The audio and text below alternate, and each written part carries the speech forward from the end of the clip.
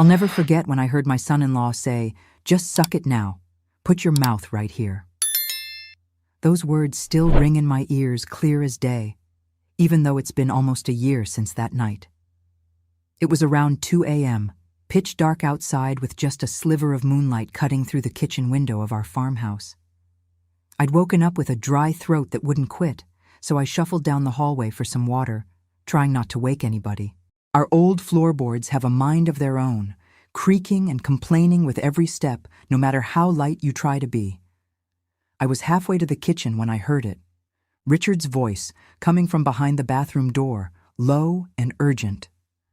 "Suck it now. Suck harder," he whispered.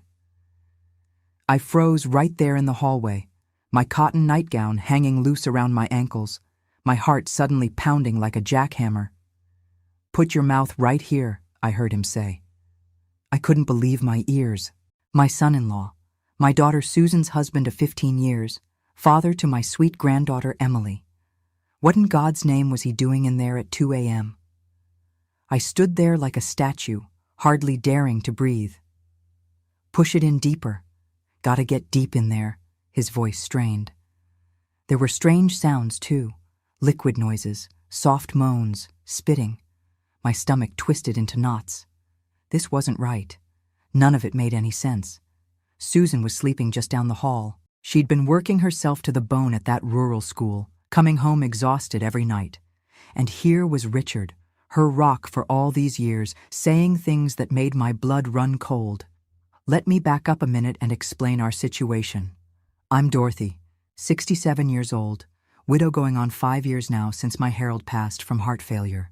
I moved in with my daughter's family after selling our house, couldn't manage the upkeep on my own, and my Social Security check of $400 a month doesn't stretch real far these days. We're out on a little 5-acre spread about 20 minutes outside of town. Not much to look at, but it's home. Susan teaches at the elementary school, and Richard used to do handyman work all over the county before... Well, I'm getting ahead of myself. "It's coming out. Keep going. Squeeze harder." I heard him grunt through the door. I felt sick to my stomach. My first thought was that he was on the phone with someone, having some kind of encounter. But I didn't hear another voice. Could he be watching something on his phone? My mind went to dark places, wondering if my daughter's marriage was falling apart right under my nose. If you're new here, subscribe now, because this story will leave you speechless. I crept closer to the bathroom door, holding my breath. The light spilled out from underneath, casting a yellow line across the worn hallway carpet. Should I knock? Confront him? What would I even say? "Excuse me, Richard, but what in tarnation are you doing in there?" My hand hovered over the doorknob, trembling like an autumn leaf. But something held me back. What if I was jumping to conclusions? What if there was some explanation I couldn't think of? And if not, did I really want to see whatever was happening on the other side of that door? I backed away, my thirst forgotten, and tiptoed back to my bedroom at the end of the hall. I sat on the edge of my bed, the spring squeaking beneath me, staring into the darkness. Sleep was out of the question now. My mind was racing, playing those words over and over. "Just suck it now. Put your mouth right here. Lord, have mercy." The next few hours dragged by like molasses in January. I watched the red numbers on my alarm clock click forward, minute by painful minute. 2:37, 3:15, 4:02. Outside, an owl hooted, and somewhere in the distance a coyote yapped. Our old house settled and creaked around me like it was sharing my discomfort. I heard the bathroom door open around 3:30, then Richard's heavy footsteps padding back to their bedroom.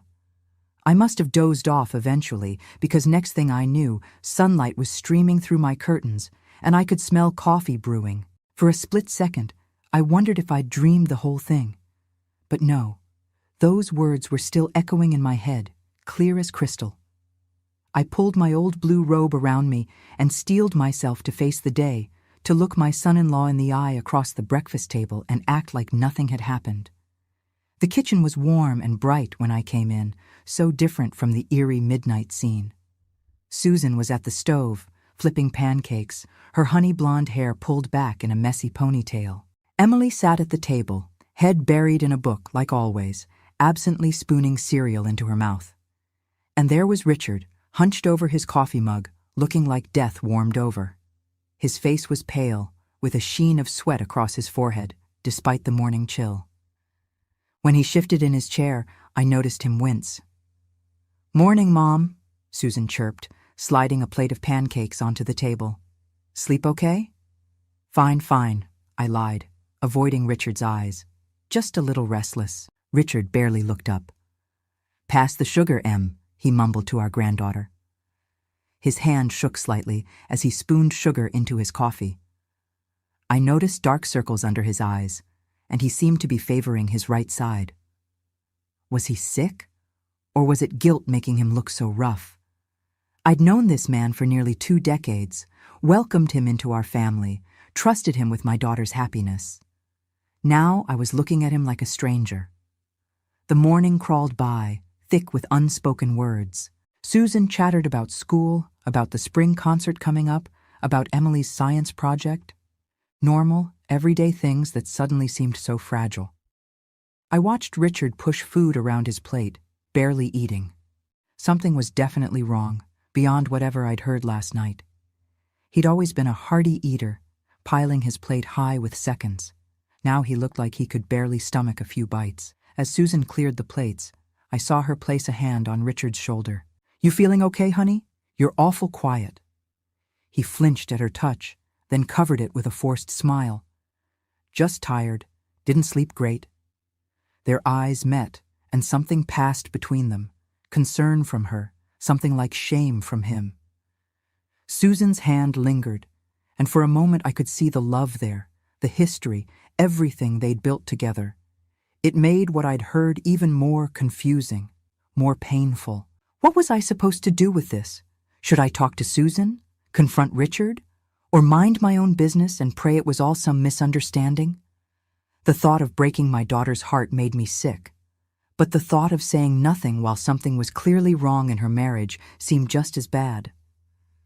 That morning stretched on like taffy, everyone going through the motions while I tried to act natural. Susan kissed Richard and Emily goodbye before heading off to school, her beat-up Honda kicking up dust as she drove down our long gravel driveway. Emily caught the bus at the end of the road, backpack stuffed with books. That left just me and Richard alone in the house, something that normally wouldn't bother me one bit, but today had my nerves jumpy as a cat in a thunderstorm. "Think I'll head out to the shed," Richard mumbled, avoiding my eyes. "Got some work to catch up on." He limped toward the back door, each step seeming to cause him pain. His right work boot barely touched the ground, like he was trying not to put weight on that foot. Now, I might be getting up there in years, but I worked as a nursing assistant for nearly 3 decades before retiring. I know what pain looks like when someone's trying to hide it. "Richard," I called after him, "you sure you're all right? That limp seems worse today." He stiffened, hand on the doorknob. "It's nothing, Dorothy. Just twisted my ankle working under the Johnsons' porch last week." Another lie. He hadn't worked a job in nearly 2 months, though Susan didn't know that. He'd been leaving every morning like he was heading to work, but Lord knows where he was really going. Once he was out the door, I busied myself with the dishes, my mind churning over what I'd heard and what I was seeing. Richard had always been proud as a peacock about being the provider. A real old-fashioned man's man who believed it was his job to take care of his family. When he and Susan first got together, I'll admit I had my doubts. She was fresh out of college, him with just a high school diploma and his toolbox. But he proved me wrong year after year, working dawn till dusk, building them a life. I remembered the day he carried Emily home from the hospital, this big burly carpenter with hands rough as sandpaper, cradling that tiny bundle like she was made of glass. The look on his face. Pure wonder mixed with terror. He'd built her crib himself, solid oak that would probably outlast us all. That's the Richard I knew. A good man, a family man. So what in heaven's name had changed? When had the shadows crept into our home? Through the kitchen window, I watched him make his way to the shed, moving like an old man 3 times his age. Something was seriously wrong, and it wasn't just whatever I'd overheard last night. A thought struck me like lightning. What if he was sick? Really sick? Men are notorious for hiding health problems, my Harold included. He'd had chest pains for weeks before his heart attack, but never said a word until he collapsed right there in the living room. I dried my hands on a dish towel and made a decision. While Richard was in the shed, I'd do a little investigating. Not proud of it, but sometimes a grandmother's gotta do what a grandmother's gotta do. I started in the bathroom, where I'd heard those disturbing sounds last night. Everything looked normal at first glance, towels hung neatly, toothbrushes in their holder. But then I noticed the trash can, fuller than it should have been since I'd emptied it just yesterday. On top were crumpled tissues, nothing unusual there. But when I pushed them aside, yes, I was snooping, and no, I'm not ashamed, I found bunched up gauze pads stained with something dark. Not blood exactly, more like drainage, yellow-brown with streaks of red. My nursing instincts kicked into high gear. This was wound drainage, no doubt about it. And quite a bit of it, too. The bathroom smelled faintly of rubbing alcohol and something else, something sickly sweet that made my nose wrinkle. I recognized that smell from my hospital days. Infection. Under the sink, pushed way back behind the cleaning supplies, I found a plastic bag containing more gauze, some surgical tape, a bottle of hydrogen peroxide, and, my heart sank, a pack of syringes. Not the kind diabetics use for insulin, but bigger ones, the kind used to irrigate wounds. Sweet Jesus, I whispered to myself. The pieces were starting to click together, but I still didn't have the full picture. I carefully replaced everything as I'd found it and continued my search through the house. In their bedroom, I noticed a pile of Richard's socks in the hamper, all with the right ones stained with that same yellowish drainage. On his nightstand was a bottle of Tylenol, nearly empty, not strong enough for serious pain, but maybe all he thought he could get away with without raising suspicion. Outside, I could hear Richard moving around in the shed, the occasional clang of tools hitting the workbench. He was out there almost every day lately, but I realized I hadn't seen him finish a single project in weeks. Was he just hiding out there, killing time? When Susan came home that afternoon, I watched her closely. My daughter has always worn her heart on her sleeve, never could hide a thing from me, not since she was knee-high to a grasshopper. Today, her smile seemed forced, the worry lines between her eyebrows deeper than usual. She moved around the kitchen making dinner, checking her phone more often than normal. "Everything okay, honey?" I asked, chopping onions beside her. Oh, yeah." She shrugged, but her eyes didn't meet mine. "Just tired. Middle school drama, you know how it is." "And things with Richard? How are they going?" Her knife paused over the cutting board. "Fine. Why do you ask?" "No reason," I said, trying to sound casual. "Just noticed he seems a little under the weather." Susan sighed, putting down her knife. "He's been different lately. Distant. I don't know if it's work stress or what, but—" She trailed off, blinking back tears. "But what, sweetie?" I pressed gently. "He won't talk to me, Mom." Her voice cracked. "He locks the bathroom door, won't change clothes with me in the room anymore, flinches when I touch him." She wiped a tear with the back of her hand. "I'm starting to think maybe he doesn't want me anymore." My heart broke for her, but I couldn't tell her what I suspected. Not yet, not until I knew more. "Oh, honey, I'm sure that's not it. Men just get in their heads sometimes." "There's something else," she whispered, glancing toward the door to make sure Richard wasn't coming. "I found out last week. I'm pregnant, about 3 months along." Fresh tears spilled down her cheeks. "I haven't told him yet. With the way he's been acting, I'm scared, Mom." I wrapped my arms around her, feeling her shoulders shake with silent sobs. My grandbaby was carrying a grandbaby, and instead of being a time of joy, Everything was shrouded in secrets and fear. Something had to give, and soon. That night after dinner, I couldn't stop thinking about Susan's revelation. Another baby on the way, Richard acting strange, and those mysterious medical supplies hidden in the bathroom.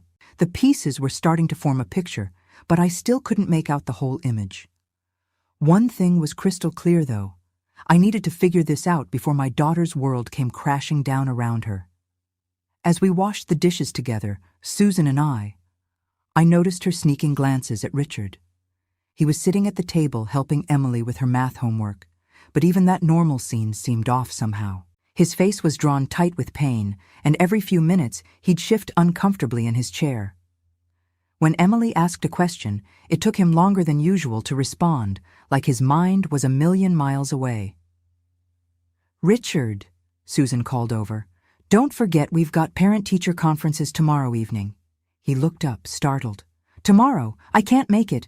Got the Wilson job to finish." Another lie. There was no Wilson job. I'd overheard Susan talking to Mrs. Wilson just last week about how disappointed she was that Richard had canceled on them. "Oh," Susan's face fell, "but you promised Emily. It's important." "I said I can't make it," he snapped, then immediately softened at the hurt look on both their faces. "I'm sorry, Em. Next time, okay, Pumpkin?" Emily nodded, but I could see the disappointment in her eyes. She idolized her daddy, always had. Lately, though, she'd been quieter, watching him with a worried expression that no 12-year-old should have to wear. After Emily went to bed, Richard disappeared into the garage, claiming he needed to organize his tools.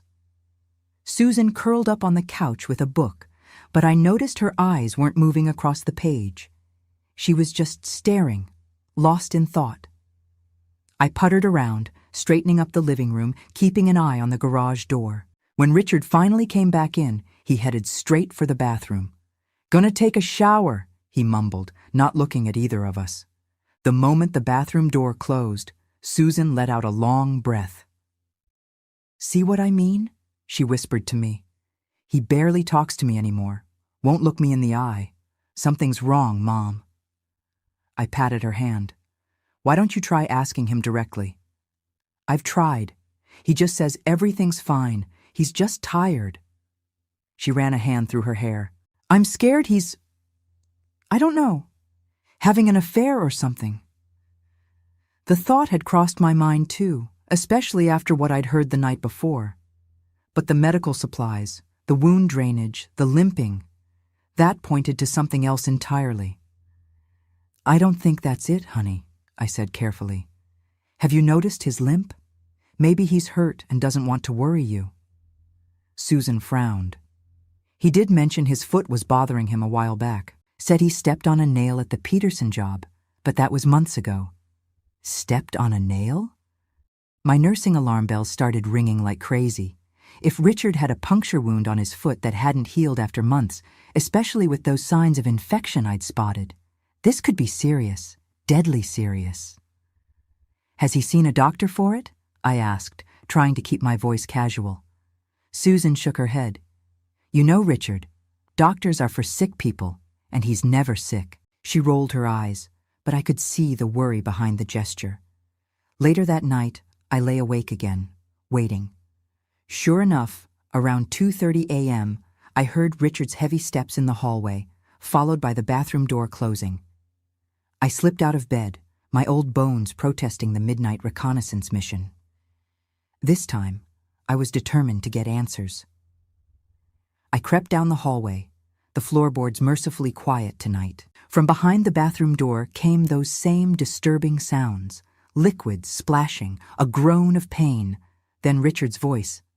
"I can't take it anymore. It's too full."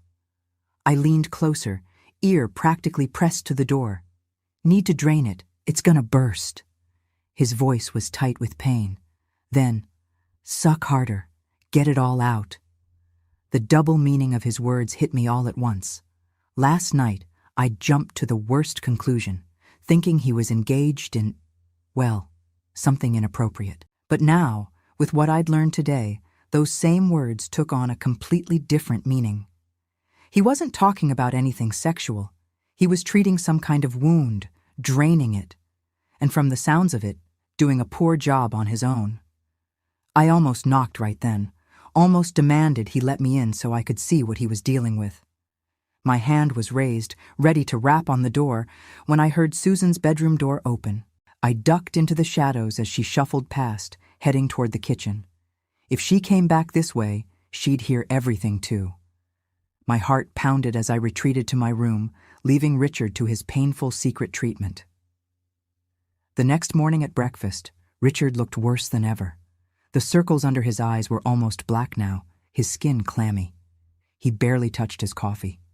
Susan hovered around him, concern written all over her face. "You're burning up," she said, pressing a hand to his forehead. "I think you've got a fever." Richard pulled away from her touch. "I'm fine, just didn't sleep well." "Maybe you should stay home today," she suggested. "Rest up." "Can't. Johnson needs his deck finished." Another lie to add to the growing pile. After Susan and Emily left, I cornered Richard in the kitchen. "I need to take out the trash," I said pointedly, "including from the bathroom." His head snapped up, eyes wide with alarm. "I'll do it." "No, I insist." I held his gaze steadily. "Richard, I'm not blind or deaf. I know something's wrong." He stared at me for a long moment, then his shoulders sagged in defeat. "Dorothy, please, don't tell Susan. She's got enough on her plate with teaching and Emily." "And the baby?" I asked quietly. Shock registered on his face. "She told you?" "Yesterday. She hasn't told you because she's afraid. Says you've been distant." Richard closed his eyes, pain etched into every line of his face. "I didn't know. God, I didn't know." "What's going on with your foot, Richard? And don't tell me it's nothing, because I know better. I was a nurse, remember?" He wouldn't meet my eyes. "It's nothing I can't handle." "Is that why you're locked in the bathroom at 2 a.m. every night, trying to drain it yourself?" I challenged. His face went pale. "You heard me?" "Honey, I think the whole county heard you. Suck harder. Push it deeper? Do you have any idea what that sounded like?" Despite the seriousness of the situation, I couldn't help but crack a small smile. A flush crept up his neck. "Jesus, Dorothy, it's not what you thought." "I know that now. But what I don't know is why my son-in-law is hiding a serious wound from his wife and treating it himself in the middle of the night. What happened to your foot, Richard? And why won't you get proper help?" He looked away, jaw clenched. I could see him warring with himself, pride battling against the need to finally confess. I waited, patient as a cat at a mouse hole. Sometimes that's all you can do with stubborn men, wait them out. Finally, he sighed. "It started as a blister, 3 months ago, just a small one, on my heel. I didn't think anything of it." I nodded, encouraging him to continue. "But it wouldn't heal. Just kept getting bigger. Then it popped, and—" He swallowed hard. "It's bad, Dorothy. Real bad now." "How bad is real bad, Richard?" I asked, my nursing instincts on high alert. In my experience, when men say something's real bad, it's usually about 10 times worse than they're letting on. He shifted uncomfortably, not meeting my eyes. "It's infected. Has been for a while. I've been cleaning it, putting antibiotic cream on it, but it's not getting better." I pulled out a kitchen chair and sat down across from him. "Show me." "What?" "No, Dorothy, I can handle it." "Richard," I used my no-nonsense grandmother voice, the one that even Emily knows better than to argue with. "Either you show me right now, or I'm telling Susan everything the minute she walks through that door." His face crumpled, and for a moment I thought he might actually cry. This proud, strong man who'd never asked for help a day in his life looked absolutely defeated. Slowly, reluctantly, he bent down and unlaced his right work boot. Even that small movement caused him to wince. "It'll smell," he warned, his voice small. "Son, I changed your daughter's diapers and cleaned up after your father-in-law when he was dying of cancer. I can handle a little smell." He pulled off his boot with a sharp intake of breath, then peeled away a dirty sock that was stuck to his skin with dried fluid. I prepared myself for what I might see, drawing on all my years of nursing experience. But nothing could have prepared me for the reality. The bottom of Richard's foot was a disaster. What had started as a blister had become an open wound nearly 3 inches across, with angry red flesh and yellow-green pus oozing from the center.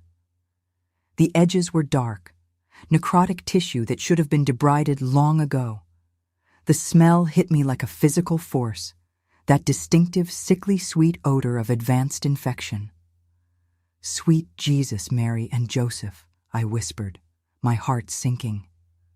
"Richard, this isn't just infected. This is serious. This is sepsis waiting to happen serious." "I know it looks bad," he admitted, still not looking at me. "Bad?" I couldn't keep the shock from my voice. "Richard, this is way beyond bad. This is losing your foot territory.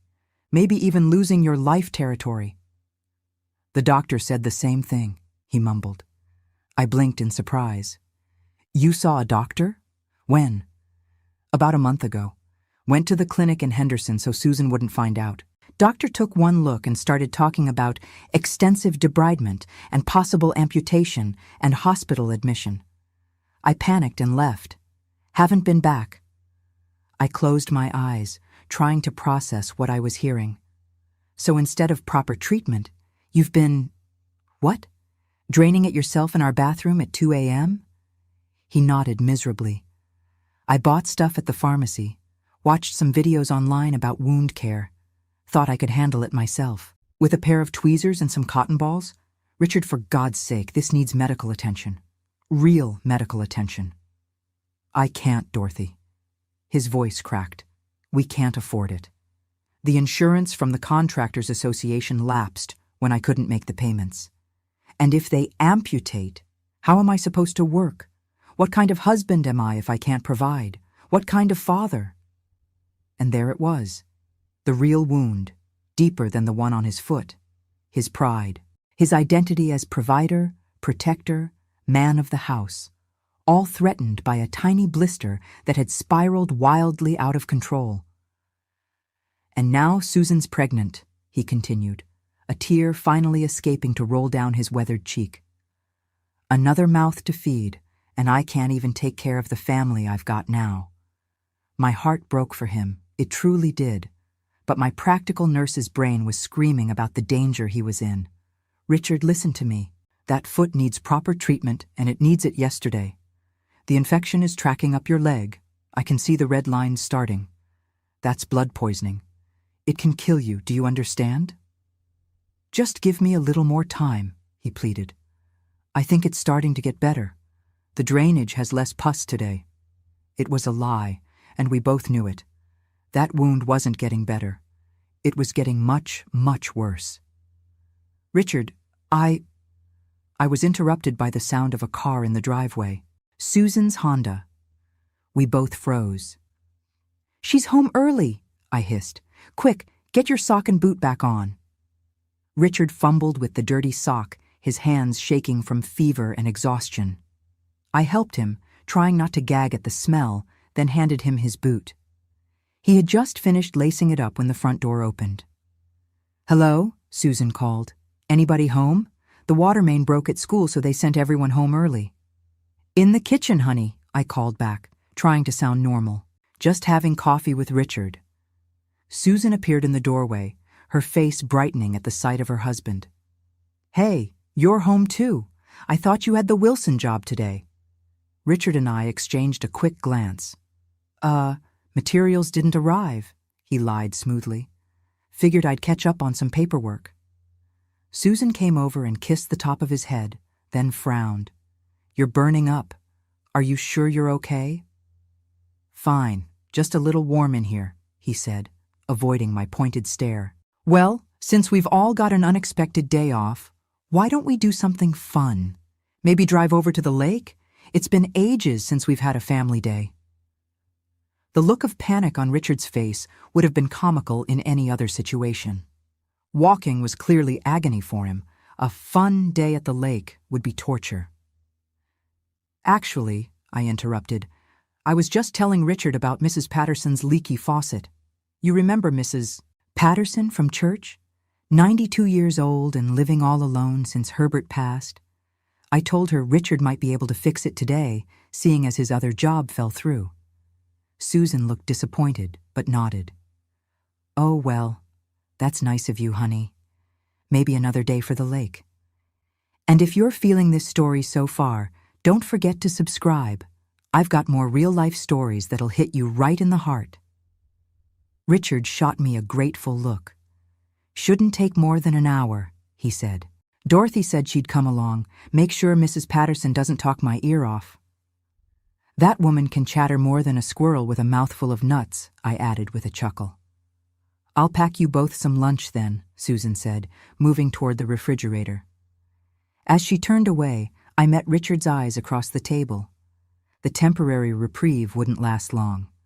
We needed to talk, really talk, about what happened next. Because I knew, with absolute certainty, that if that foot didn't get proper medical attention soon, we wouldn't be discussing amputation.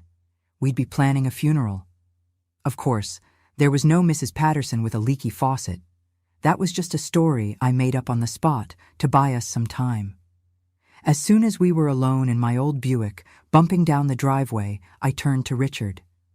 "We need to make a deal," I said firmly. "I'll help you with that foot, proper cleaning and dressing changes, not just your middle-of-the-night panic sessions. But if it gets any worse at all, we go to the hospital. No arguments. Deal?" Richard stared out the window for a long moment, then nodded slowly. Deal. Little did I know what I was signing up for, or how quickly things would go from bad to worse. I drove us to the Walgreens 2 towns over, just to be safe. No sense risking someone spotting Richard's truck at the local pharmacy and mentioning it to Susan. The whole way there, I peppered him with questions. When did the blister first appear? What had he tried so far? How long had it been draining like that? My mind was in full nursing mode, cataloging symptoms and calculating risks. "It started back in January," he explained, wincing as we hit a pothole. "I was working that big job over at the Miller place, laying tile all day. New boots weren't broken in yet. Got a blister on my heel, but I didn't think anything of it." "And you're diabetic," I said. It wasn't a question. I'd seen the testing strips in their bathroom before, though Richard never talked about it. He looked surprised. "How'd you know?" "Richard, I was a nursing assistant for 30 years. I know the signs, and diabetic foot ulcers are serious business. They don't heal like regular wounds." He sighed, slumping against the passenger door. "Type 2, diagnosed 3 years ago. Been managing it with diet and pills, but you haven't been taking your medication regularly, have you?" I guessed. His silence was answer enough. "And Susan doesn't know about any of this, does she? The diabetes? The foot? None of it?" Richard stared out the window at the passing farmland, jaw tight. "She knows about the diabetes, not how bad it's gotten, and definitely not about the foot." I gripped the steering wheel tighter, trying to contain my frustration. "So let me get this straight. You've been hiding a serious medical condition from your wife, treating a potentially life-threatening infection by yourself, and lying about still having work when you haven't had a job in months. Does that about cover it?" "When you put it that way, it sounds pretty bad," he admitted. "That's because it is bad, Richard," I snapped, then took a deep breath to calm myself. Yelling wouldn't solve anything. "What happened with work? That's not like you to just stop." He rubbed his hand across his face, looking every one of his 42 years and then some. "Started missing days when the foot got really bad. Couldn't stand for more than an hour without feeling like I was going to pass out. Jobs dried up fast. Word gets around when you're unreliable." He laughed bitterly. "Contractor of the year 3 years running, and now I can't even get a call back for a leaky faucet." My heart ached for him. Richard had always defined himself by his work, by providing for his family. I remembered how proud he'd been at that Chamber of Commerce dinner, accepting that silly plaque with Susan beaming beside him. Now here he was, sick, broke, and too ashamed to admit he needed help. "What have you been doing all day then, if not working?" I asked gently. "Driving around mostly. Sitting in the library using their computers to look for jobs. Sometimes just parking somewhere quiet and sleeping in the truck when the pain's real bad." He looked at me with haunted eyes. "You can't tell Susan any of this, Dorothy. Promise me. She's got the baby coming now, and with her salary barely covering our mortgage." "I don't like keeping secrets from my daughter," I said firmly. "But I'll help you with the foot first. Then we'll figure out the rest." At Walgreens, I loaded a basket with proper wound care supplies: sterile saline, proper gauze pads, medical tape, antibiotic ointment, and clean basins for soaking. The bill came to nearly $90, a significant chunk of my monthly Social Security check. Richard noticed and tried to object, but I waved him off. What else was I saving for anyway? A Caribbean cruise? At my age, keeping my family together was vacation enough. Back at the house, Susan had left a note saying she'd gone grocery shopping with Emily. Perfect timing. I led Richard to the bathroom and had him sit on the edge of the tub.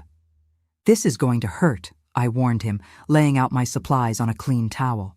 "And it's going to smell worse than roadkill in August, but we need to get that dead tissue out of there or you'll never heal." Richard nodded grimly, removing his boot and sock with shaking hands. The wound looked even worse in the bright bathroom light, angry red, with that black necrotic tissue around the edges that needed to come out. "When's the last time you took your diabetes medication?" I asked, washing my hands thoroughly. "Ran out about 2 weeks ago," he admitted. "Haven't had the money to refill." Lord have mercy. No wonder the infection was going wild. I made a mental note to deal with that problem next. For the next hour, I cleaned that wound as best I could with the tools at hand. Richard gripped the edge of the tub until his knuckles turned white, occasionally letting out a muffled groan when I had to dig deeper to clear the dead tissue. The things I was removing from his foot would have made even seasoned nurses queasy. But finally, I had it cleaned out, treated with antibiotic ointment, and properly dressed. "There," I said, sitting back on my heels and stretching my aching back. "That's the best I can do without proper medical equipment. But Richard, I want to be crystal clear about something. This is a temporary fix. You need antibiotics, strong ones, IV ones probably, and you need that tissue professionally debrided in a hospital setting." "I know," he whispered, looking down at his freshly bandaged foot. "But this buys me some time, right? To figure things out before telling Susan?" I didn't have the heart to tell him what I truly believed, that he might not have much time left if that infection continued to spread. Instead, I patted his knee and started cleaning up my supplies. "We need to get your diabetes medication refilled too," I said. "Do you have a prescription with refills left?" He nodded. "At the Rite Aid in town. But Dorothy, I can't ask you to." "You're not asking, I'm offering." I cut him off. "Family takes care of family. That's how it works." His eyes filled with tears. "I don't deserve you as a mother-in-law." "No, you certainly don't," I agreed, but softened it with a smile. "You deserve one who'd whack you upside the head for being so dang stubborn, which I still might do, just so you know." That got a small chuckle out of him, the first genuine laugh I'd heard in weeks. It gave me hope that maybe, just maybe, we could find a way through this mess. Later that evening, after Susan and Emily were back, I watched the family dynamics with new eyes. Richard was making a visible effort to engage, asking Emily about her science project, helping Susan put away groceries despite the obvious pain each step caused him. I could see the love there, buried under layers of fear and shame and secrets. Susan kept giving him concerned glances when she thought he wasn't looking, relief mixing with confusion at his sudden change in behavior. As I stood at the sink washing dishes, I caught sight of our reflections in the window. 4 people bound together by love and lies, trying to keep their fragile world from shattering. Susan didn't know about Richard's foot or their financial situation. Richard didn't know about the baby. Emily, bless her heart, probably knew more than all of us realized, but was keeping her own counsel. And me? I was caught in the middle, carrying secrets that weren't mine to tell but could destroy everything if kept too long. Something had to give, and soon. That night, I helped Richard with another wound cleaning after Susan and Emily were asleep. The infection didn't look any better despite our earlier efforts. If anything, the angry red streak seemed to be creeping further up his ankle. His skin felt hot to the touch, his eyes glassy with fever. "You need antibiotics," I told him bluntly, "and not just the over-the-counter ointment kind." "I know," he admitted, his voice weak, "but let me figure out how to tell Susan first. Just give me a few more days." Looking at that wound, I wasn't sure he had a few more days, but I nodded anyway, hoping I wasn't making a terrible mistake. For the next few days, Richard and I fell into a routine. During the day, he'd pretend to go to work, but really, he'd drive around to keep up appearances, sometimes parking at the library to use their computer for job searches. I'd spend the morning tackling regular household chores, all while mentally counting down the hours until Susan and Emily left, giving us the chance for proper wound care. Every evening after dinner, Richard would make up some excuse to turn in early. "Been fighting this bug," he'd tell Susan, or "that Johnson job really took it out of me today." More lies piling up like dirty laundry. Then, in the middle of the night when the house was quiet, he'd slip into the bathroom, and I'd join him for what had become our secret medical procedures. "Try not to move," I instructed on the third night, carefully removing the old dressing. The smell hit me immediately, sweet and putrid, the unmistakable odor of infected flesh. The wound wasn't getting better despite our efforts. The redness had spread further up his ankle, angry red streaks tracking toward his calf, classic signs of advancing infection. "How's it look?" Richard asked, not daring to look himself. I didn't sugarcoat it. "Worse. Those red streaks are moving up your leg. That's the infection spreading into your bloodstream, Richard. This is getting dangerous." He closed his eyes, sweat beading on his forehead. "Just clean it the best you can. Please." I filled the basin with warm saline solution and had him soak his foot. The clear liquid immediately turned cloudy with drainage. Next came the hard part, debriding the wound, removing dead tissue to give the healthy flesh a fighting chance. I'd fashioned a makeshift tool from tweezers sterilized in boiling water. "This is going to hurt something awful," I warned, positioning the bathroom light for better visibility. "Bite down on this." I handed him a folded washcloth. Richard nodded, placing the cloth between his teeth. As gently as I could, I began removing the necrotic tissue around the edges of the wound. His whole body tensed, knuckles white as he gripped the edge of the bathtub. Muffled groans escaped around the washcloth. "Suck it now," I instructed, handing him the large syringe I'd filled with saline. This was the part he'd been doing himself before, trying to flush out the deepest part of the wound. He positioned the tip of the syringe and squeezed, wincing as the liquid entered the wound. "Push it deeper," I guided, helping him angle the syringe to reach the tunneling area where infection was burrowing under healthy tissue. "We gotta get deep in there to clean it all out." Now I understood exactly what I'd heard that first night, instructions he'd been giving himself as he attempted this painful procedure alone. What had sounded so inappropriate was actually desperate self-care. A man trying to avoid both medical bills and the shame of admitting how bad things had gotten. "It's coming out," I noted, as pus-filled fluid drained into the basin. "Keep going. Squeeze harder." When we finished, I applied antibiotic ointment and wrapped his foot in clean gauze. Richard was pale and shaking, teeth marks visible in the washcloth he'd been biting. "You're running a fever," I said, laying my hand on his forehead. "I've got some Tylenol in my room." "Thanks, Dorothy," he whispered, voice raspy from holding back cries of pain. "I couldn't do this without you." "You shouldn't be doing it at all," I reminded him. "You need a hospital, antibiotics, proper surgical debridement."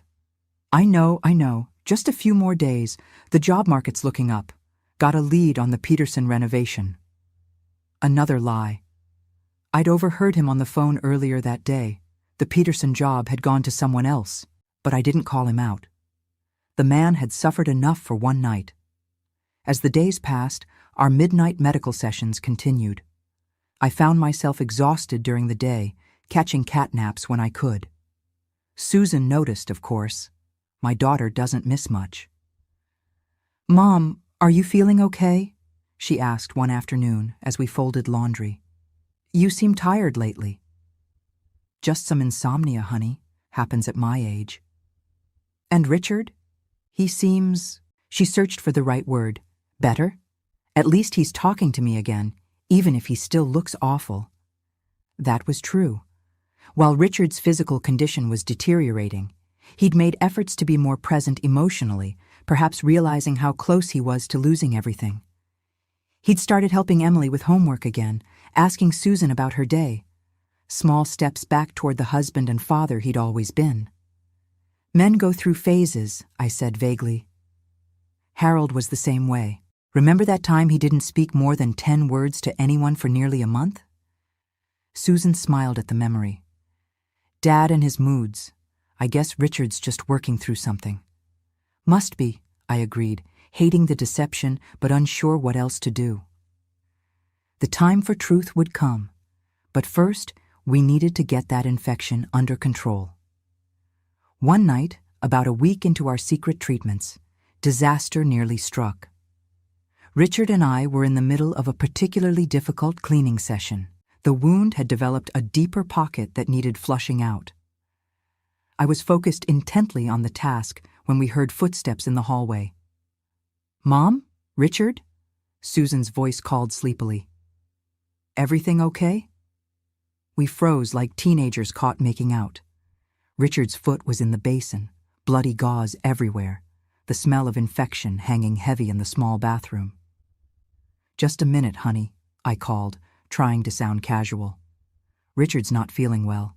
Think he might have food poisoning. I'm helping him out." "Do you need anything I can—" "No," we both said too quickly. "I mean, we're fine," I recovered. "Just women's stuff, you know. That casserole didn't agree with him. Go back to bed, sweetie. I've got this handled." There was a pause, then.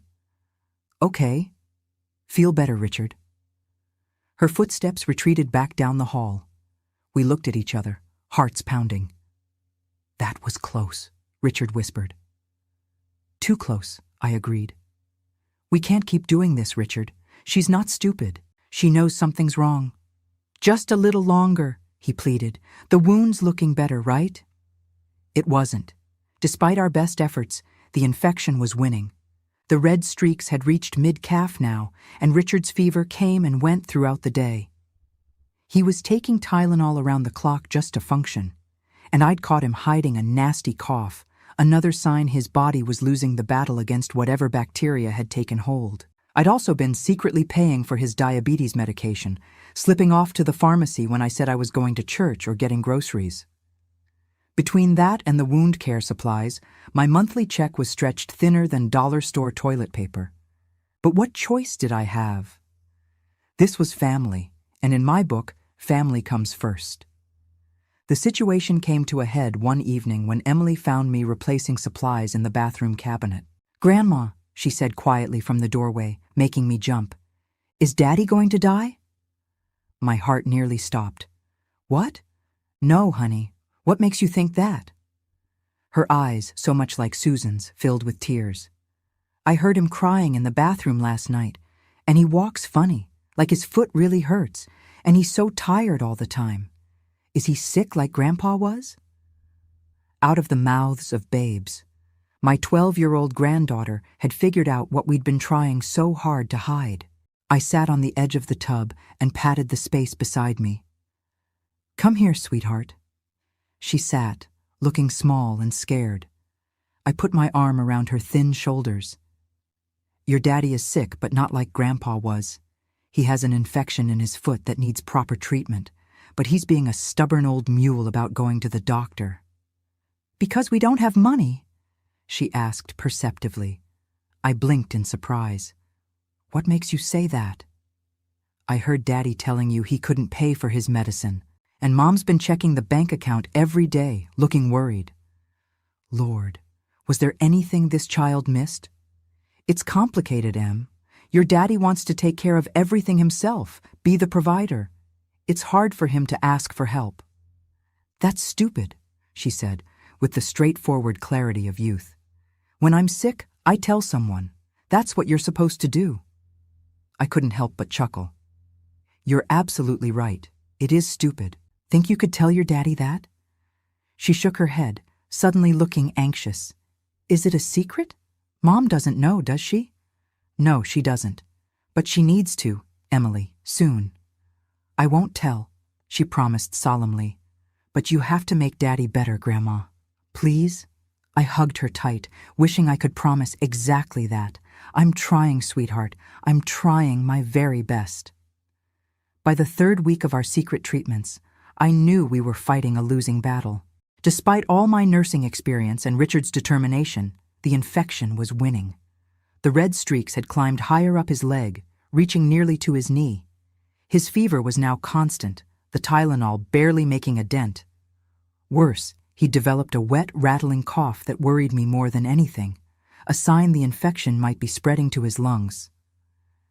Richard, I said firmly as I changed his dressing one night, this isn't working. We need to go to the hospital. Now, tonight. He shook his head stubbornly, though the movement seemed to cost him. Just one more week, Dorothy. I've got a line on a big job with the Hendersons. If I can just get that, we'll have enough to start catching up on bills. There won't be any job if you're dead, I snapped, then immediately regretted my harshness when I saw the fear flash across his face. I softened my tone. I'm sorry, but we're way past home treatment. This infection is systemic now. You need IV antibiotics, real debridement, probably surgery. Your body can't fight this alone anymore. The wound itself had changed too. The center was deeper, almost tunneling into his foot, with a thick yellowish discharge that smelled worse each day. The surrounding skin was hot to the touch, tight and shiny. Classic signs of advancing cellulitis, maybe even osteomyelitis, infection of the bone itself. Just a few more days, he pleaded. I need to figure out what to tell Susan, how to explain everything. The truth would be a good start, I suggested, applying fresh gauze. That you've been sick, that you've been worried about money, that you've been trying to handle it yourself, but can't anymore. Richard's eyes filled with tears, how do I tell her I've been lying for months? That I've put my health, our future, at risk because I was too proud to admit I needed help? That I've been using your Social Security money for my medications? That last part surprised me. How did you know about that? I'm not completely out of it, Dorothy. I saw the pharmacy receipts in your purse when I was looking for the car keys. You've been buying my diabetes meds, haven't you? I shrugged, caught red-handed. Family helps family. That's how it works. But your savings are meant to be used when needed, and right now, they're needed. I didn't tell him how dire my own financial situation had become. My checking account was down to double digits, and the property tax bill was coming due. But that was a problem for another day.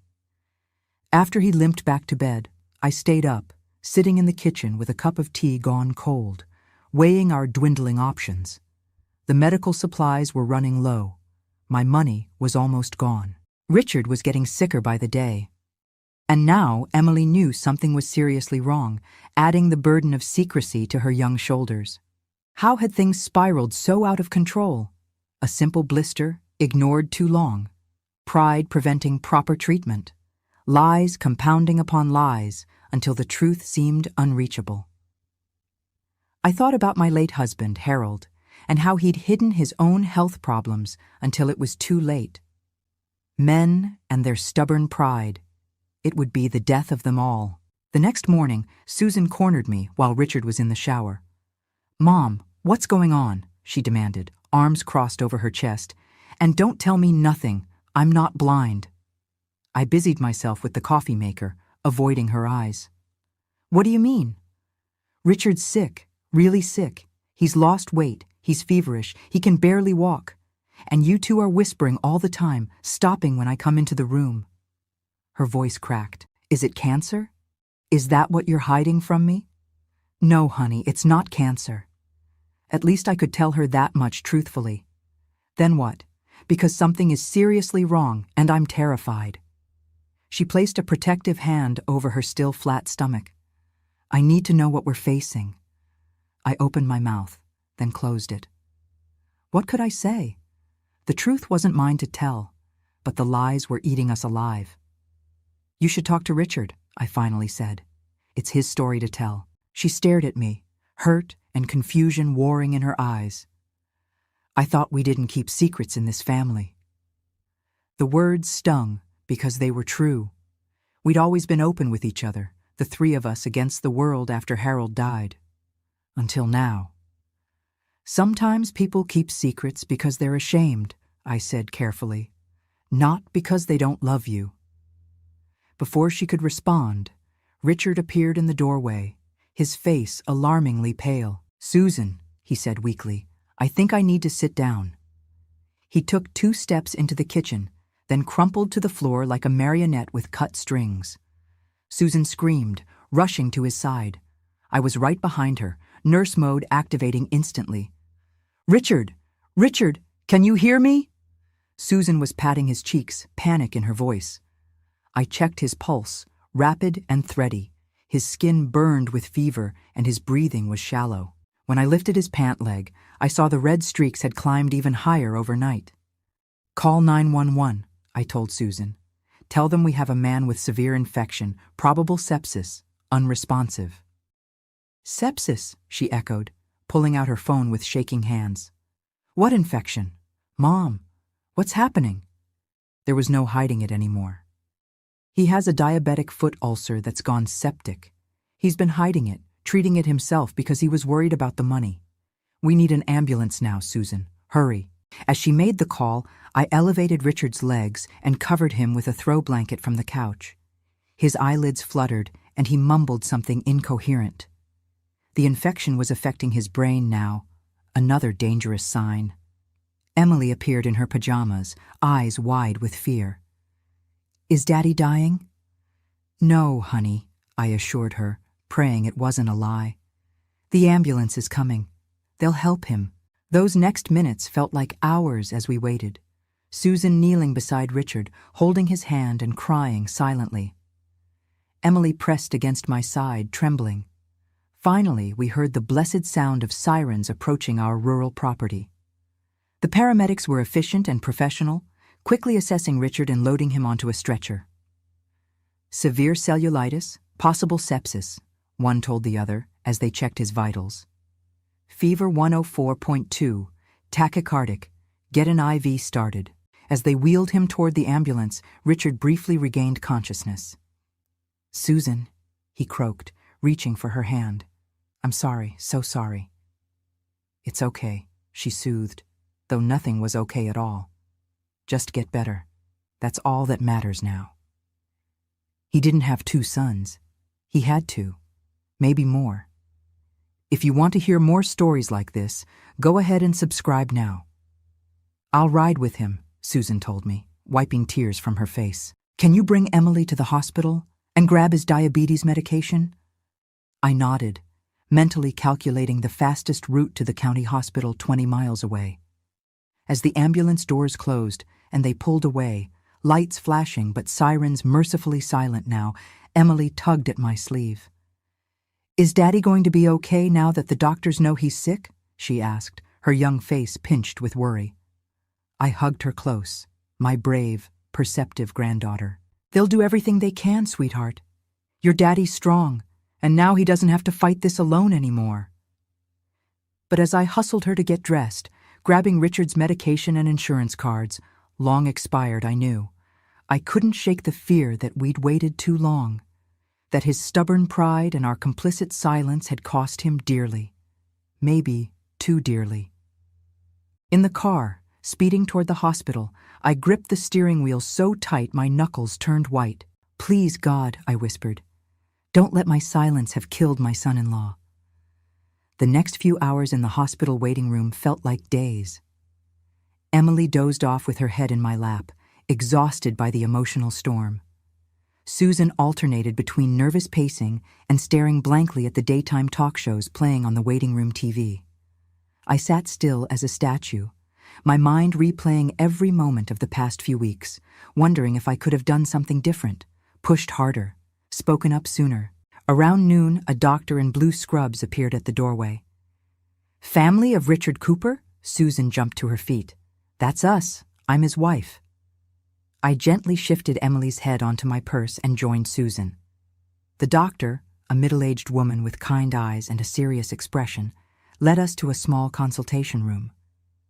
"I'm Dr. Patel, the infectious disease specialist," she said, closing the door behind us. "Your husband is seriously ill, Mrs. Cooper. The infection from his foot has spread throughout his system. We've started him on broad-spectrum IV antibiotics, but we're dealing with a significant case of sepsis." "But you can fix it, right?" Susan asked, a tremor in her voice. "He'll be okay?" Dr. Patel's expression remained carefully neutral. "We're doing everything we can. The wound itself is extensive, what we call a Wagner grade 4 diabetic ulcer. There's significant tissue necrosis extending to bone. We've taken him to surgery to debride the wound and drain the infection." "Surgery?" Susan echoed faintly. "Already?" "We had no choice. The infection was spreading rapidly. He's still in the operating room now." I found my voice, slipping back into my nursing assistant role. "What about amputation? Is that on the table?" Dr. Patel nodded grimly. "It's a possibility we have to consider. The orthopedic surgeon is assessing the bone involvement now. If the infection has compromised the bone significantly, partial amputation may be the safest course." Susan's knees buckled, and I grabbed her arm to steady her. "Amputation," she whispered. "He was so afraid of that. That's why he wouldn't go to the doctor in the first place." "Unfortunately, that's a common reaction," Dr. Patel said. "Many patients, especially men, avoid seeking help until conditions become critical. By then, options become more limited." "When will we know?" I asked. "About whether they'll need to amputate?" "The surgeon will come speak with you when they're finished. It could be another hour or two." She paused, then added gently, "I understand this is overwhelming, but there's something else we need to discuss. Mr. Cooper's diabetes is severely uncontrolled.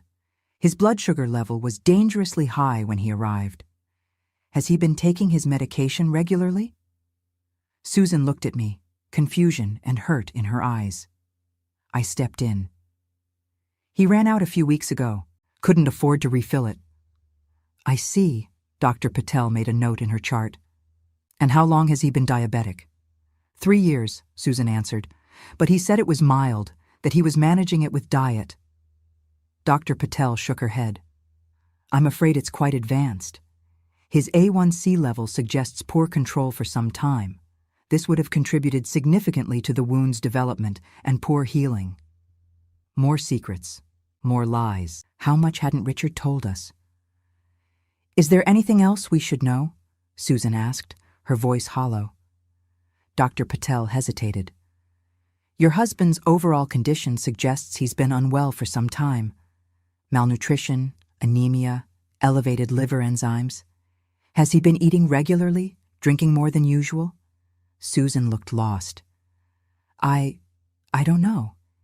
He eats dinner with us, but he's been leaving early in the mornings, coming home late. I assumed he was eating lunch at job sites." "There haven't been any job sites," I reminded her gently. "Not for months." Susan pressed her palms against her eyes. "I don't even know my own husband anymore. How did I miss all this?" Dr. Patel touched her arm sympathetically. "Don't blame yourself, Mrs. Cooper. People who are struggling often become very good at hiding it, even from those closest to them." She glanced at her pager as it beeped. "I need to check on another patient. The surgical nurse will update you when there's news. Try to get something to eat if you can. This may be a long day." After she left, Susan turned to me, her face a mask of anguish. "Did you know all of this? How bad his diabetes was?" I shook my head. I knew he had it, and I suspected he wasn't managing it well. but I had no idea how serious things had gotten until I saw his foot. We returned to the waiting room where Emily was now awake, anxiety plain on her young face. "Is Daddy okay?" she asked immediately. Susan sat beside her, pulling her close. "The doctors are helping him right now, sweetie. They're doing everything they can." "Is he going to lose his foot?" Emily asked bluntly. Susan and I exchanged startled looks. "Why would you ask that?" Susan questioned. "I heard you and Grandma talking, and I looked up diabetic foot ulcers on my school iPad." Emily's eyes filled with tears. "It said sometimes they have to cut off your foot if it gets really bad." My heart broke for her, 12 years old and researching her father's condition while we adults were busy keeping secrets. "We don't know yet," Susan answered honestly. "But even if that happens, Daddy will still be Daddy. He'll still be the same person who loves you more than anything in the world." Emily nodded solemnly. "I know. I just want him to get better." "Me too, baby," Susan whispered, kissing the top of her head. "Me too." The next few hours crawled by in agonizing slowness. Friends from Susan's school brought food we couldn't eat and offered help we couldn't articulate needing. Our pastor stopped by, offering prayers and support. Throughout it all, Susan maintained a brave face for Emily, but I could see her crumbling inside, the weight of all these revelations crushing her. Finally, around 4 in the afternoon, a tall man in surgical scrubs approached us. "Cooper family? I'm Dr. Ramirez, the orthopedic surgeon who operated on Richard." We all stood, forming a tight circle as if bracing for impact. "How is he?" Susan asked, her voice barely audible. Dr. Ramirez's expression was serious, but not grim. "He's stable. The infection was extensive, with significant necrosis of the soft tissue and early osteomyelitis, bone infection in the calcaneus, or heel bone." "Did you have to amputate?"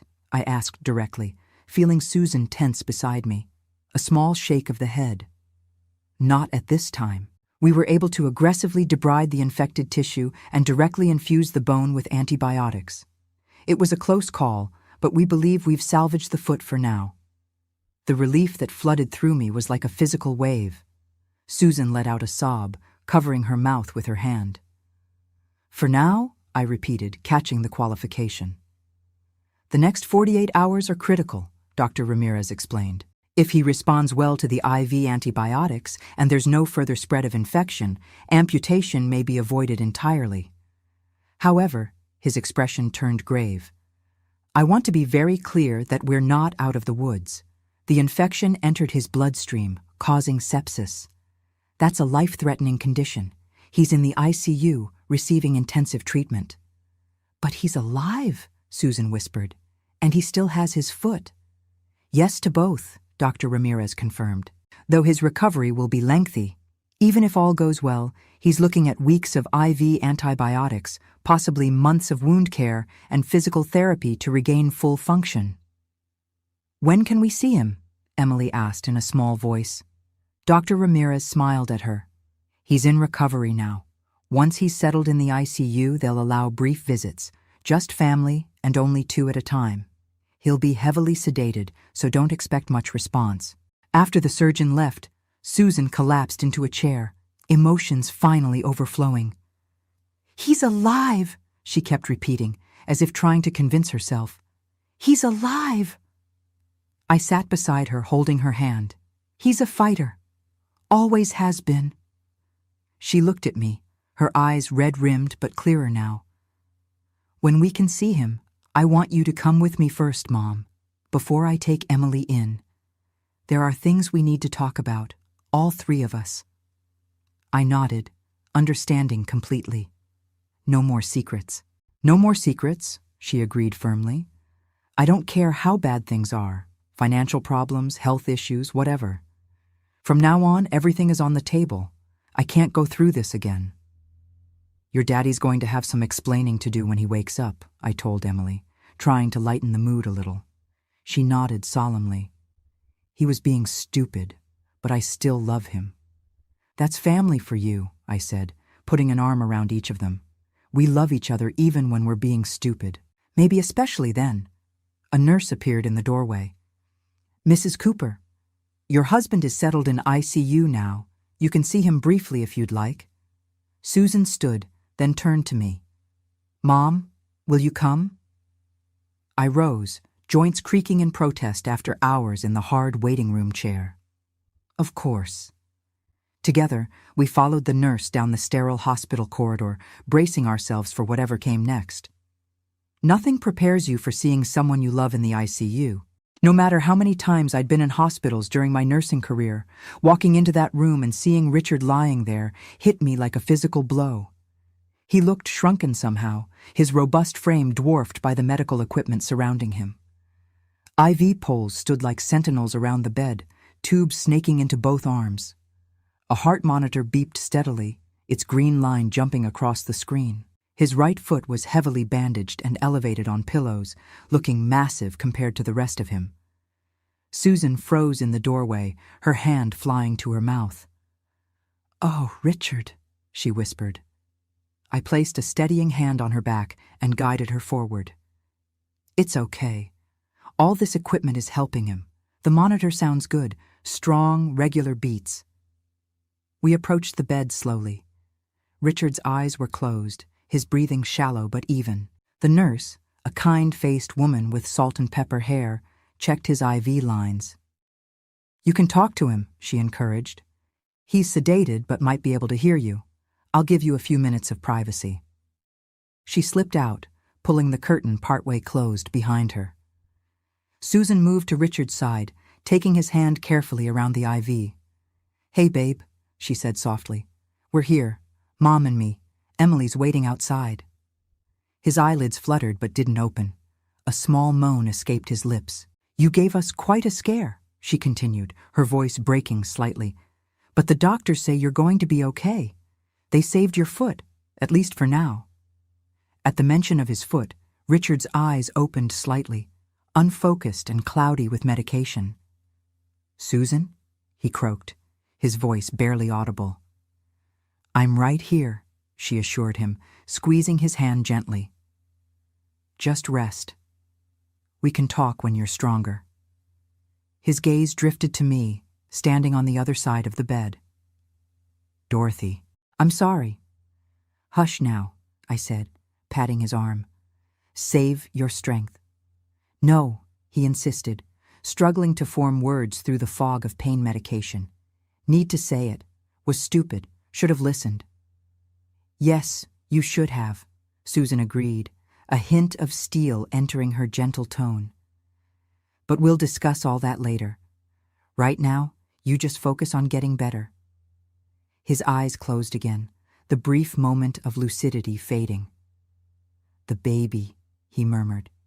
"You're having a baby." Susan's eyes widened in surprise. "You know? Heard you talking to Dorothy." His words were becoming more slurred as the medication pulled him back under. Another chance. Be a better man. Within moments, he was unconscious again, his breathing evening out. Susan stood there, tears rolling silently down her cheeks, still holding his limp hand. "He knew," she said wonderingly, "and he still didn't say anything." "He was trying to handle everything himself," I reminded her. "Thought he had to be strong, be the provider. And nearly died because of it." She shook her head, a complicated mix of anger, love, and fear crossing her face. "We're going to have a serious conversation when he's better." The nurse returned, checking Richard's monitors. "He's doing well," she assured us. "His vitals are stable, and the antibiotics are starting to bring down his fever. That's a good sign." "When will he be more awake?" Susan asked. "We'll keep him pretty heavily sedated for the next 24 hours to give his body a chance to rest and start fighting the infection. After that, we'll begin reducing the sedation gradually." We thanked her and stepped out to let Emily have her turn. I walked her in, preparing her for the sight of her father surrounded by medical equipment. To my surprise, she showed none of the hesitation her mother had. "Hi, Daddy," she said matter-of-factly, reaching for his hand. "The doctor's fixed your foot. You need to get better now, okay? Mom's really mad at you, but she'll get over it. Oh, and I got an A on my science project. Ms. Hernandez said my hypothesis was exceptionally well-reasoned." I smiled at her one-sided conversation, delivered as if this were just another family dinner. Children have a remarkable ability to normalize the abnormal, to find footholds of routine in the rockiest terrain. After a few minutes, we rejoined Susan in the hallway. A social worker had found her, and they were deep in discussion about insurance options and financial assistance programs. "Given his lack of coverage and your situation, he should qualify for emergency Medicaid," the social worker was explaining. "I've already started the paperwork, and there are several hospital charity programs that might help with the remainder." Susan nodded numbly, clearly overwhelmed by this new aspect of their crisis. Financial worries on top of medical fears, it was a crushing combination. Back in the waiting room, I took charge. Years of managing household crises had prepared me for moments like this. "Susan, you and Emily should go home. Get some rest. I'll stay with Richard tonight." "I can't leave him," she protested. "You need to take care of yourself and Emily," I insisted. "And that baby. Richard is stable, and they're not going to reduce the sedation until tomorrow anyway. There's nothing you can do here tonight except wear yourself out in an uncomfortable chair." After some persuading, she reluctantly agreed. Our neighbor Angela, who'd come to offer support, volunteered to drive them home since Susan was in no state to be behind the wheel. I promised to call if anything changed and settled in for a night of hospital vigil. The hours crawled by. Every 2 hours the nurses would let me peek in at Richard. His condition remained unchanged, which they assured me was actually good news. No changes meant no deterioration. The antibiotics were doing their work, fighting the infection that had nearly taken him from us. Around 3 a.m., during one of these check-ins, I found myself alone with my son-in-law. In the quiet of the ICU, with only the soft beeping of monitors and the occasional squeak of nurses' shoes in the hallway, I took his hand. "Richard Cooper," I whispered, "don't you dare think about giving up now. My daughter loves you. Emily needs her daddy, and that new baby deserves to know the good man you are, not just hear stories about you." I thought about all the ways this proud, stubborn man had enriched our lives over the years. How he'd been there for Susan when my Harold died, solid as a rock through her grief. How he'd taught Emily to fish, spending endless patient hours untangling her line and baiting her hook. How he'd built that beautiful crib for her with his own 2 hands, sanding every edge until it was silky smooth. "We need you, you big dummy," I told him affectionately. "All of us. So you fight, you hear me? Fight with everything you've got." The next morning, Susan returned early, looking slightly better after a few hours of rest. She brought me a thermos of decent coffee and a change of clothes, both deeply appreciated after my night in the stiff hospital chair. "Any changes?" she asked anxiously. "The night nurse says his white blood cell count is starting to come down. That's a good sign. Means his body is fighting back." The day unfolded in the strange timelessness of hospitals. Doctors came and went.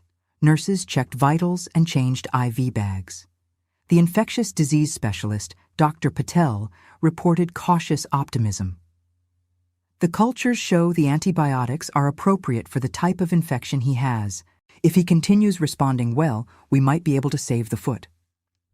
By late afternoon, Richard was showing signs of increased awareness, occasionally opening his eyes and responding to simple questions with nods or squeezes of the hand. The medical team decided to begin gradually reducing his sedation. "He's not out of danger yet," Dr. Patel warned us. "The infection was severe, and we still need to watch for organ complications from the sepsis. But I'm more hopeful today than I was yesterday."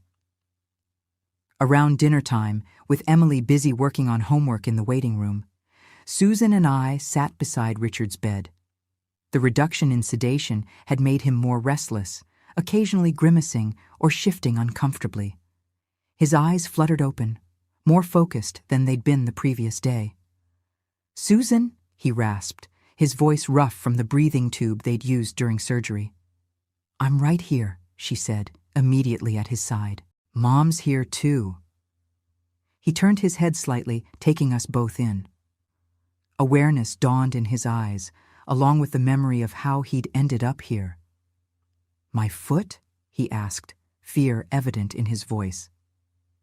"Still attached," Susan assured him, though not for lack of trying to lose it, apparently. He closed his eyes briefly, relief washing over his features.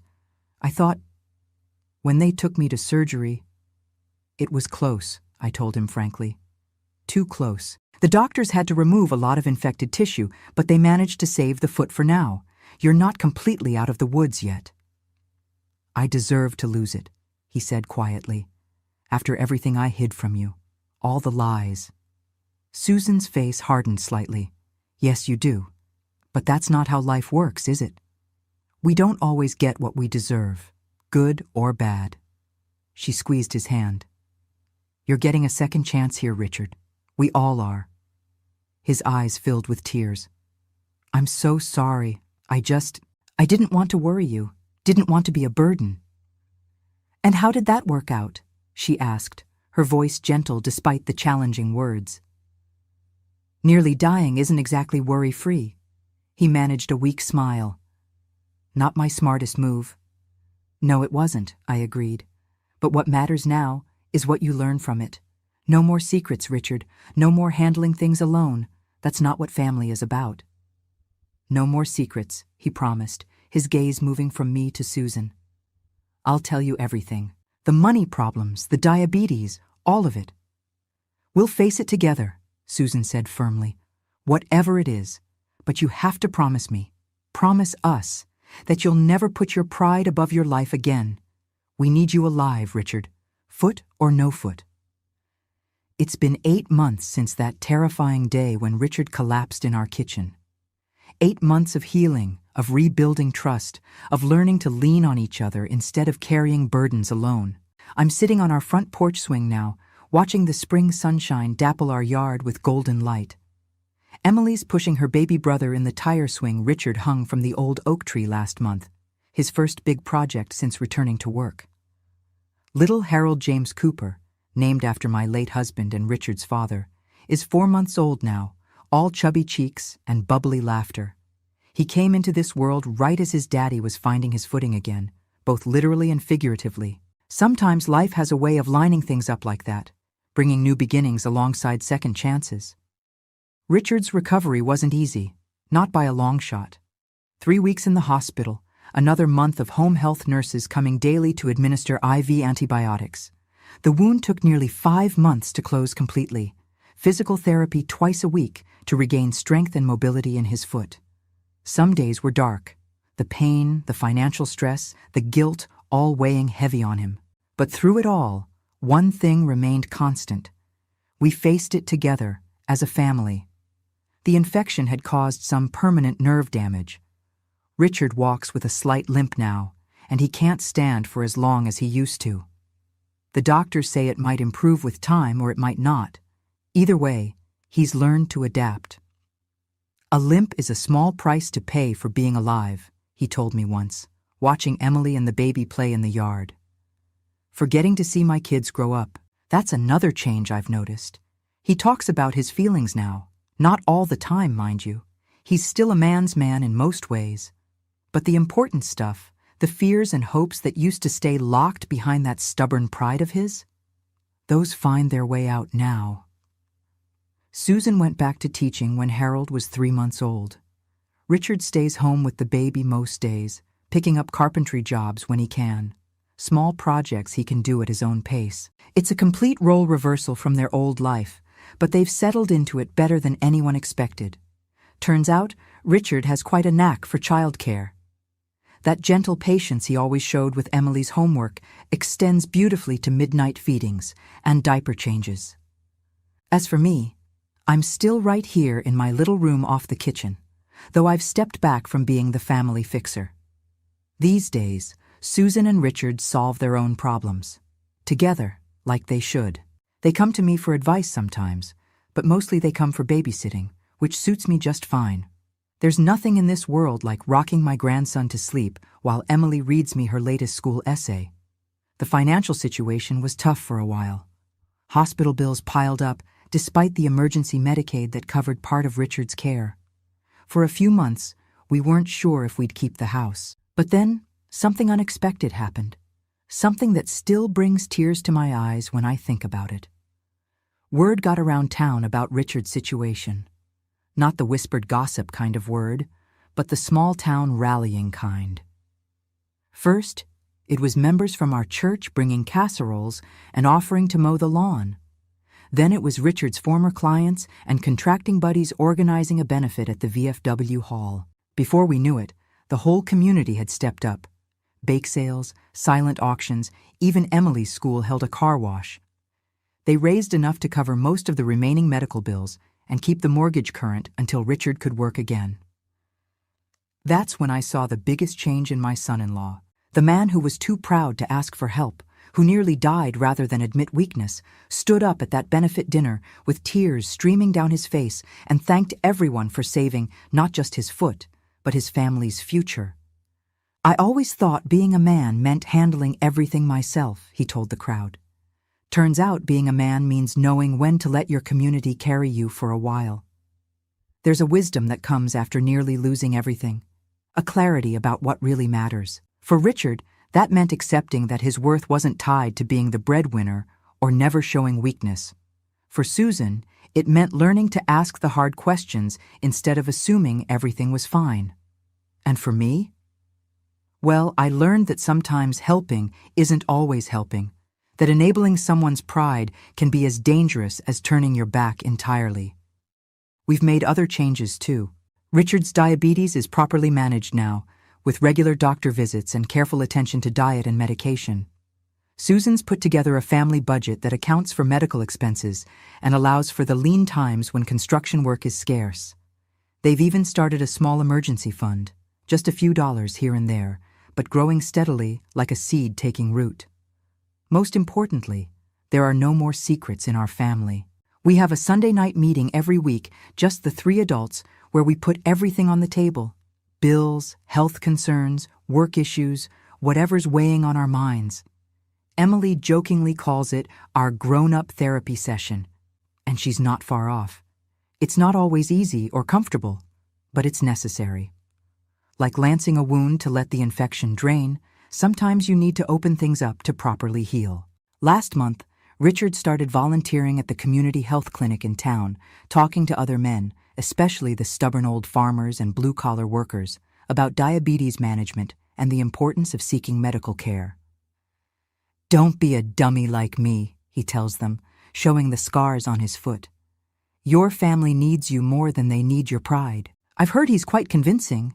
The clinic director says more men have come in for checkups in the past 2 months than in the entire previous year. As for those midnight bathroom sessions that started this whole ordeal? Well now, when I hear "just suck it now" coming from behind a closed door, I know it's probably Richard showing Susan how to use the breast pump so he can handle the 2 a.m. feeding. Life has a sense of humor that way, bringing things full circle with new meanings. This afternoon, Richard's sitting in the yard with little Harold, both of them napping in the sunshine. His wounded foot, still scarred but healing, is propped up on a garden stool. Susan's grading papers on the porch beside me, occasionally glancing up to smile at her family. Emily's starting dinner inside, insisting at 12 and a half that she's old enough to handle the meatloaf recipe herself. I survived the lie, and I found peace. If this story touched you, hit subscribe. Let's keep these real voices alive. "You know what, Mom?" Susan says, setting aside her papers. "I think we're going to be okay." I nod, rocking gently in the swing that Richard repaired last weekend. "More than okay, honey. We're going to be just fine." And that's the real truth about family. Not the pretty picture we try to show the world, not the perfect facade we maintain out of pride. Real family is messy and complicated. It's making terrible mistakes and finding forgiveness. It's falling down and being carried until you can walk again. It's learning that strength isn't about standing alone, but about knowing who to lean on when you can't stand anymore. Richard learned that lesson the hard way. We all did, I suppose. But some lessons, painful as they are, change you for the better. They break you open and rebuild you stronger, like a bone that heals more resilient at the fracture point. As the afternoon sun begins its descent behind the old oak tree, casting long shadows across our yard, I'm filled with a quiet gratitude for second chances, for stubborn men who learn to bend before they break, for daughters who find their strength in crisis, for communities that still know how to be neighbors, for little boys who will grow up knowing it's okay to ask for help, for families that aren't perfect but are perfectly resilient. The words, "just suck it now," will always make me chuckle a bit, remembering that night in the hallway when I jumped to all the wrong conclusions. But they'll also remind me how close we came to losing everything because of secrets and pride. How a simple blister nearly cost a life. How the strongest people aren't those who never need help, but those who learn to accept it with grace. If there's one thing I want you to take from my story, it's this. Don't let pride keep you from reaching out when you're in trouble. Don't let fear of looking weak prevent you from getting the help you need. The people who truly love you don't want your strength. They want your presence. They'd rather have you alive and imperfect than gone and remembered as someone who never needed anyone. Richard Cooper learned that lesson at the edge of disaster. I pray you won't wait that long. Emily's calling us in for dinner now, proud as a peacock about her meatloaf. Richard's scooping up baby Harold, limping slightly as he crosses the yard, but smiling that big sunshine smile that tells me he's at peace with his new normal. Susan's gathering her papers, squeezing my hand as she passes. "Coming, Grandma?" Emily calls from the doorway. "Be right there, sweetheart," I answer, taking one last look at our little piece of heaven, imperfect and wonderful and wholly ours. Yes, indeed, we're going to be just fine. Hello, everyone. Thank you for listening to my family's story today. If it touched your heart in any way, don't forget to take care of your health and your loved ones. Sometimes, the hardest words to say are, "I need help," but those are exactly the ones that can save a life. I'd love to know where you're listening from today. Drop a comment below letting me know what part of the world you're in.